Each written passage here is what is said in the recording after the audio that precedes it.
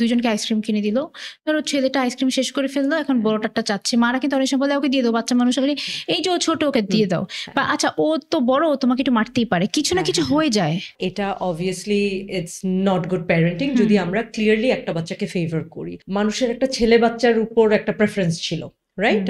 এখনো হয়তো বা কোনো কোনো জায়গায় আছে, হ্যাঁ, যে এটা আমার ছেলে, সো ছেলেদেরকে তো এটা করা যায় না, বা মেয়ে বাচ্চাদের ক্ষেত্রে বলা যায় যে তুমি বাইরে বেশি যেও না, তুমি বেশি বাইরে খেলা করো না। সো সেক্ষেত্রে প্যারেন্টিংটা আমরা কিন্তু ভিন্নভাবে করার চেষ্টা করছি। Of course that's not right. I think যে আমাদের বাচ্চাদেরকে ইকুয়াল হিসেবে ট্রিট করা উচিত, জাস্ট লাইক আমরা বাইরে men and women are equal, আমরা সেই মেসেজটা কিন্তু সবার আগে একটা বাচ্চা বাসা থেকে পায়, প্যারেন্টসদের কাছ থেকে এটা ফিল করে। সো অফকোর্স সেখানে একটা ডিফারেন্সিয়েট করা একেবারেই ঠিক না।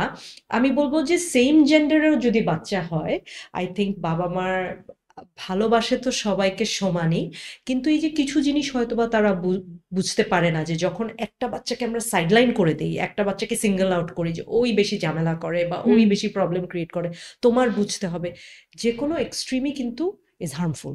যে একটা বাচ্চারই কেন সবসময় বুঝতে হবে, ওকে আমি বলছি যে তুমি অলওয়েজ কম্প্রোমাইজ করো, কারণ ও তো একটু দুষ্টু। স্পেশালি যদি বাচ্চাটা মেয়ে হয়ে থাকে, আমরা যদি তাকে এটাই জিনিস শিখাই যে তুমি কম্প্রোমাইজ করো, তোমার ভাই এটা করছে, সো দ্যাটস নট ফেয়ার।